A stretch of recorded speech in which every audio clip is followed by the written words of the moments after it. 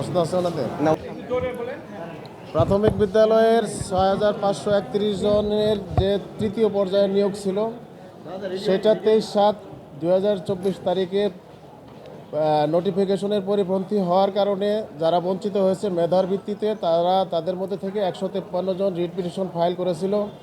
মহামান্য হাইকোর্ট বিভাগ সেই রিট পিটিশন শুনানি শেষে আজকে রায় ঘোষণা করেছে এবং এটা ডিক্লেয়ার করেছে যে প্রাথমিক বিদ্যা অধিদপ্তর কর্তৃক যে রেজাল্ট তারা পাবলিশ করেছিল সেই রেজাল্টটা ২৩/৭/২০২৪ তারিখের নোটিফিকেশনের পরিপন্থী এবং মহামান্য অ্যাপিলেট ডিভিশনের ২১/৭/২০২৪ তারিখের রায়ের পরিপন্থী এবং রায়ের কনক্লুশন হিসেবে হাইকোর্ট ডিভিশন বলে দিয়েছে যে ওই ৩১/১০/২০২৪ তারিখের যে রেজাল্ট সেটা বাতিল হবে এবং নতুন করে অথরিটিকে মেধার ভিত্তিতে অর্থাৎ ২৩/৭/২০২৪ তারিখের নোটিফিকেশন ফলো করে রায় নতুন রেজাল্ট পাবলিকেশনের নির্দেশনা দিয়েছে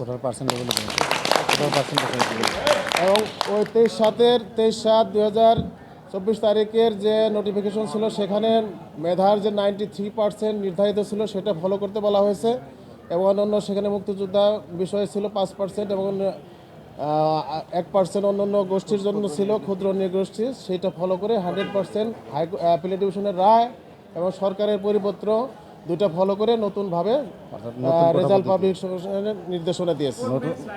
এটা অ্যানেক্স বিল্ডিংয়ের 24 নম্বর বিজ্ঞ মাননীয় বিচারপতি ফাতেমা নজিব এবং শিকদার মাহমুদ রাজি।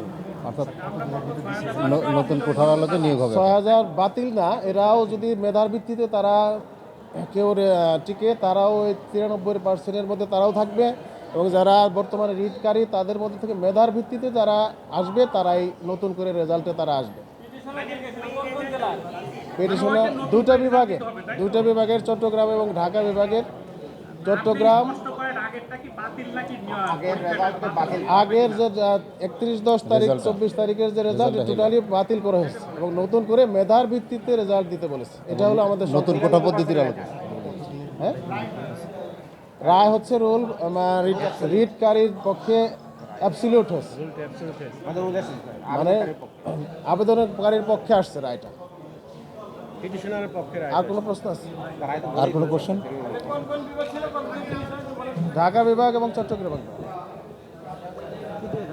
এটা তৃতীয় ধাপের নিয়োগ ছিল ঢাকা বিভাগ এবং চট্টগ্রাম বিভাগ এবং ইন্ডিপেন্ডেন্ট তাদের নিয়োগ সার্কুলারটা ছিল আলাদা এবং এর আগে যে দুটা স্টেজে নিয়োগ হয়েছে সেটা তার সার্কুলার আলাদা ছিল।